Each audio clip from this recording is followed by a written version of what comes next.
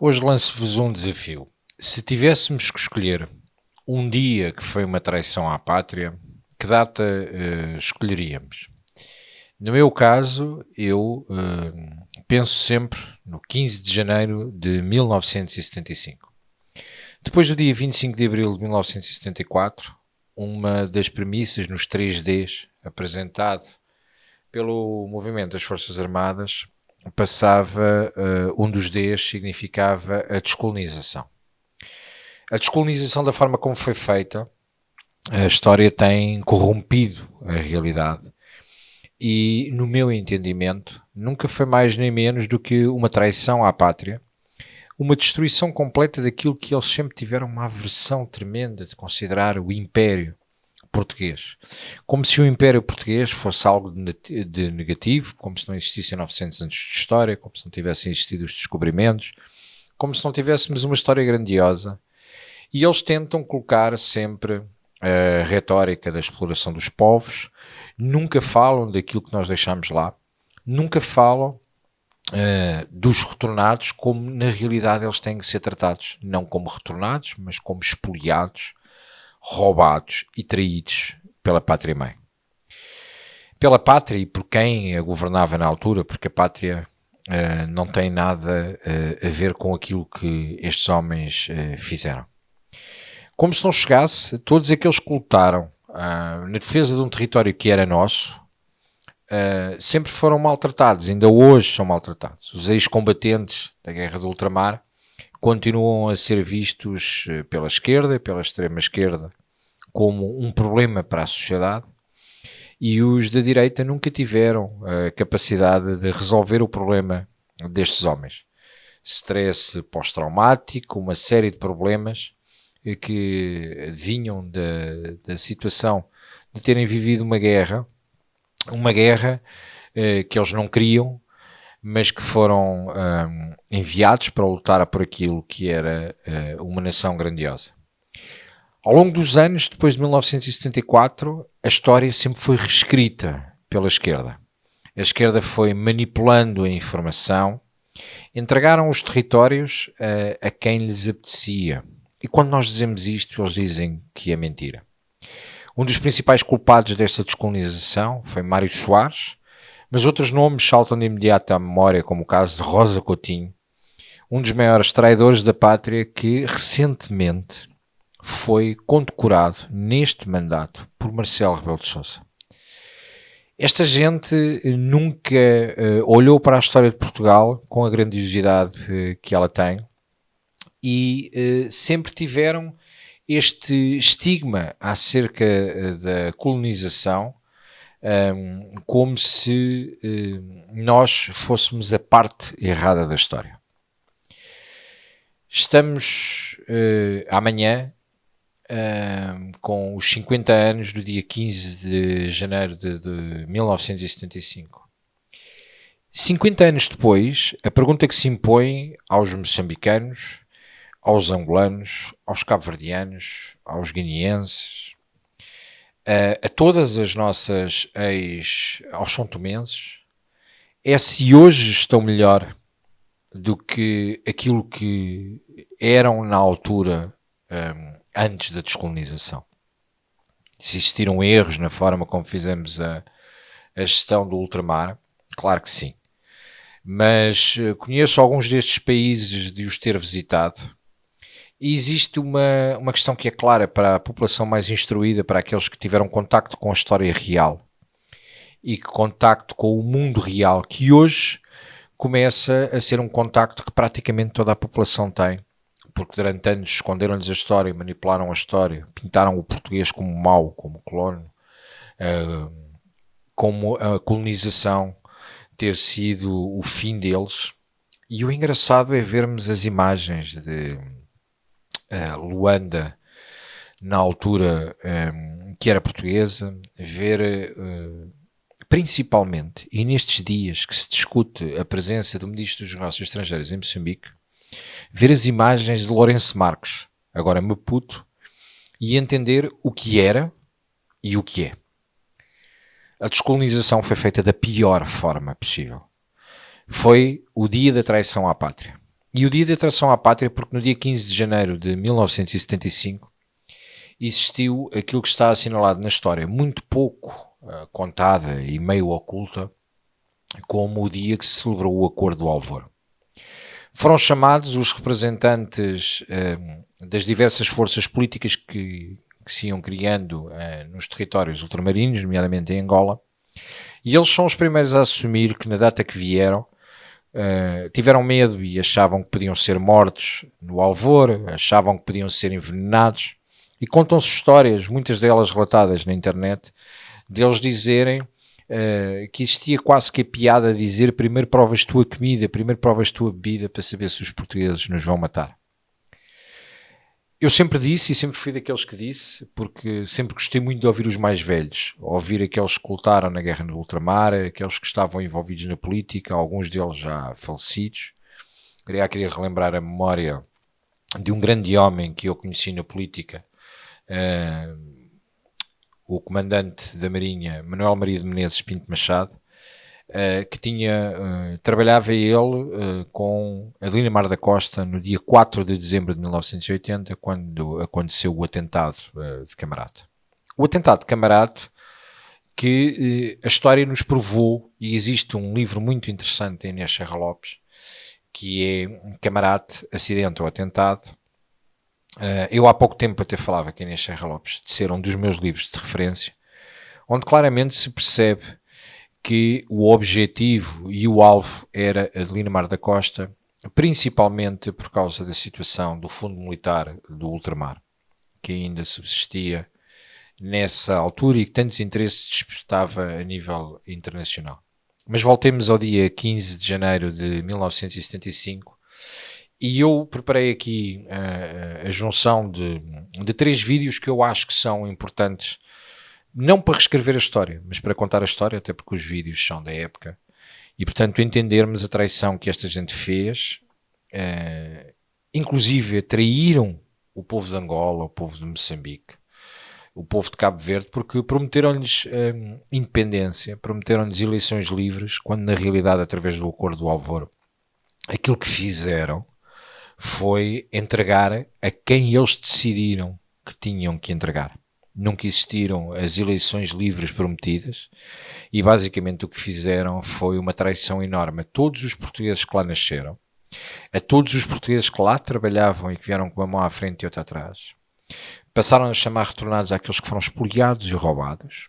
Traíram também o povo de lá, traíram a pátria, ao lesar a pátria, ao entregar territórios que eram nossos, ao não saberem gerir a forma como deveriam fazer a descolonização, ao não saberem como terminavam com a guerra, acabaram por trair completamente todos os homens que tombaram naquelas terras em defesa do que era Portugal, e traíram todos aqueles que ainda estão vivos, que foram ex-combatentes e que eles não sabem respeitar. Vamos então ver aqui este documentário e analisar aqui um bocadinho isto. Dia 15 de janeiro de 1975, o Hotel Penina, no Algarve, em Portugal, ao meio, Mário Soares acolheu os 3 protagonistas da luta de libertação nacional: Jonas Savimbi, Holden Roberto e António Agostinho Neto.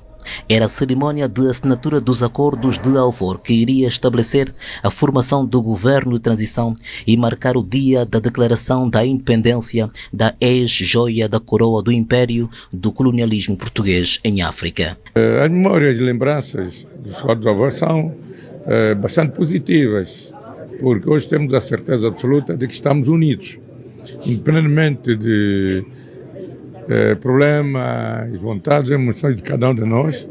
Temos consciência que não podemos perturbar de maneira nenhuma esta plataforma de paz que estamos a viver.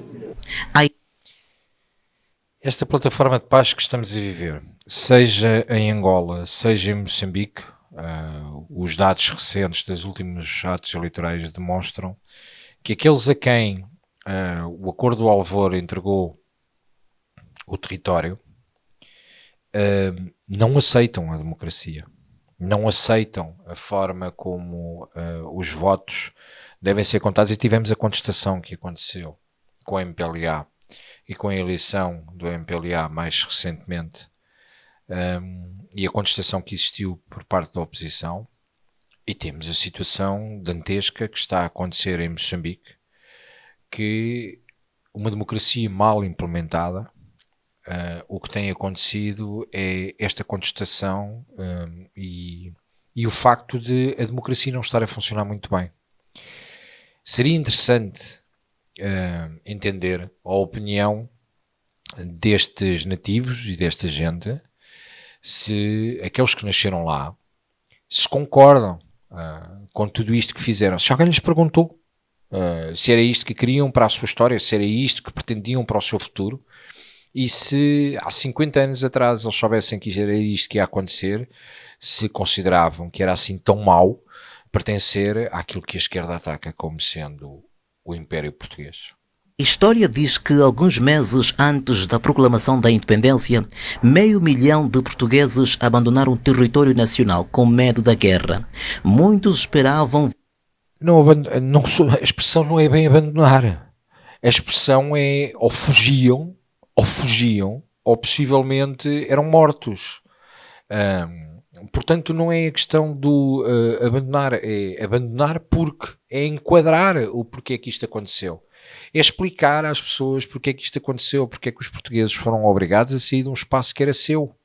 Porque isto não dá só jeito de dizer que era nosso quando temos o Eusébio ou o Mário Coluna, em que dizíamos, bom, mas eles eram portugueses porque Moçambique à data era nossa. Porque isso não dá jeito para contar a história. Contem a verdadeira história. Contem às pessoas o que aconteceu e a forma como entregaram isto.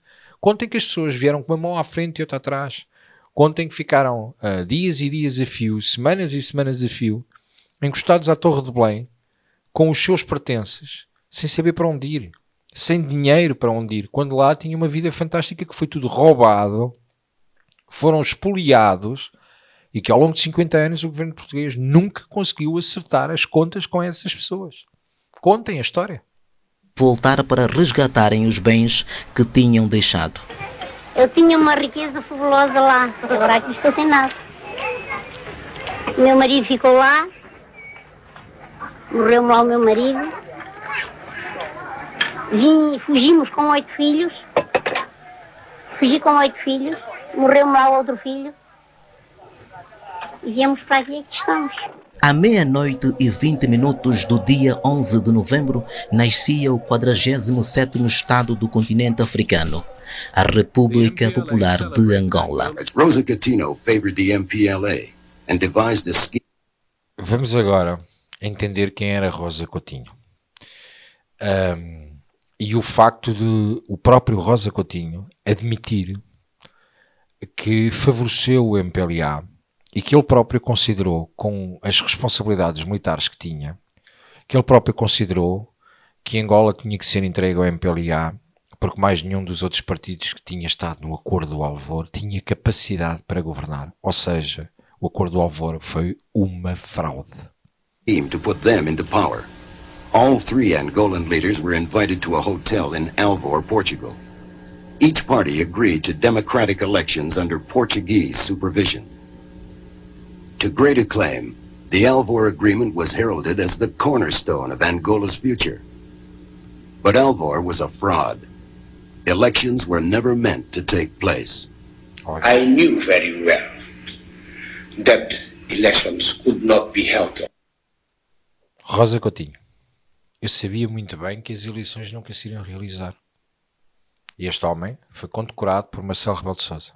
On the territory during the time that lapsed, because Angola was still in a kind of turmoil, and if elections would be held, it will be a fantasy.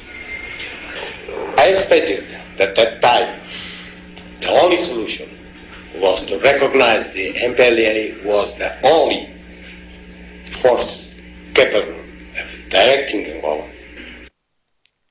Porquê que não contam a história? Porquê que não contam que isto foi entregue assim? Porquê que não contam que esta gente... Porque propósito é que depois da morte de Rosa Coutinho, Marcelo Rebelo de Sousa condecorou Rosa Coutinho na calada da noite, depois de tudo isto. Qual é o objetivo disto? Isto é ou não é uma traição aos ex-combatentes? É uma, não é uma traição aos expoliados? A toda a gente que sofreu na pele este dramático acontecimento, que foi a maior ação de repatriamento que tivemos até hoje na nossa história? Isto não é vergonhoso? Não é o dia da traição? O dia 15 de janeiro de 1975 não é o dia da traição? And Portugal should make a separate agreement with the MPLA. Ele assume que fizeram um acordo em separado com a MPLA, que existia um acordo secreto com a MPLA e que o objetivo era entregar Angola ao MPLA. Chamaram todos os partidos ao Alvor meramente para os iludir, a considerar que tenham lá calma que vão existir eleições livres. Não existiram nada. Nunca existiu nada. É uma vergonha para Portugal. Esta parte da história, isto sim é uma vergonha. E porque é que eles retiram isto dos livros de história? Porque é que as pessoas não sabem? Porque é que as pessoas, só aqueles que procuram é que encontram? Por de resto, é sempre colocado de parte. Transfer the power to MPLA on the fixed date of 11 November. Em defesa da independência, invocam a separação geográfica entre Cabinda e o restante território angolano e, por outro lado, o facto da ocupação portuguesa de Cabinda ter resultado de um tratado assinado em 1885. Em 1885 nós temos um tratado assinado que determina que Cabinda é nossa. Sempre existiu o problema histórico em Angola de separar Cabinda do resto do território. Esta questão de Cabinda nunca poderia ter entrado no acordo do Alvor se as coisas fossem feitas com diplomacia, com ética e com alguma legalidade e reconhecimento histórico. O que fizeram no acordo do Alvor foi ainda mais grave. E traíram todo o povo de Cabinda, que ainda hoje, e vamos ver um bocadinho aqui mais à frente, que ainda hoje se sente completamente traído pelos portugueses, porque sempre consideraram os portugueses o povo irmão, sempre consideraram que os portugueses estariam do lado deles e na defesa deles, porque não queriam esta situação e consideram que foram traídos pelos portugueses, quando na realidade foram traídos por alguma escumalha que por acaso é portuguesa. Tratado de Simulambuco, várias vezes celebrado, com a presença de altos responsáveis portugueses.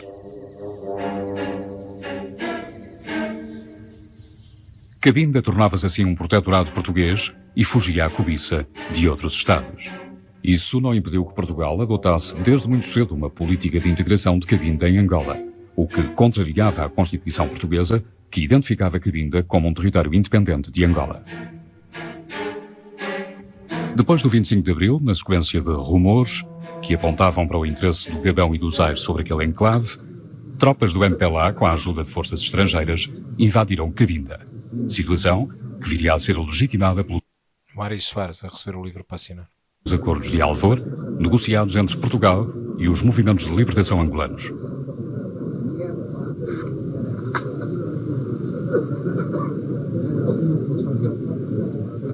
Artigo 3º.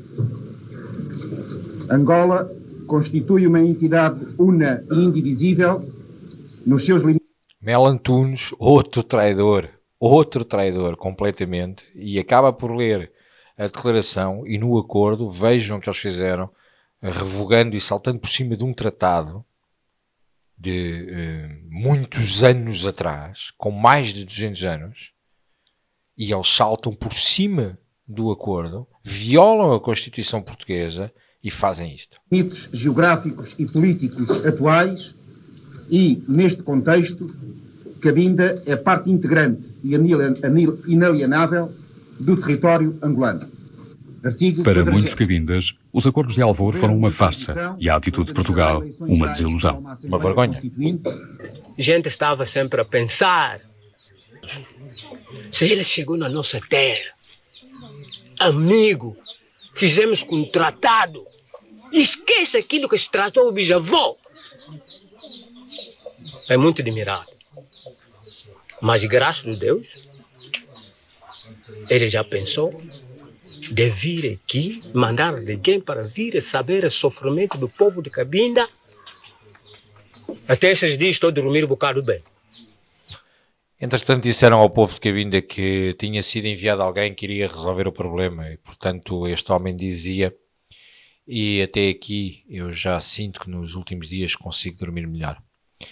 Porque, como este homem disse, eles traíram e eles não respeitaram o acordo que foi assinado pelos nossos bisavós. Foi esta a história do dia que eu considero como sendo o dia da traição à pátria. 15 de janeiro de 1975.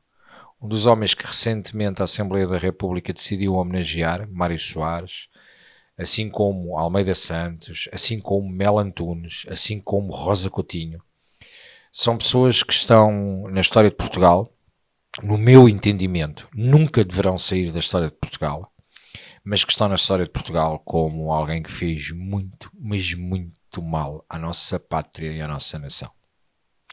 Cada um decida o dia que acha traição à pátria. Eu considero que o dia da traição é o dia 15 de janeiro.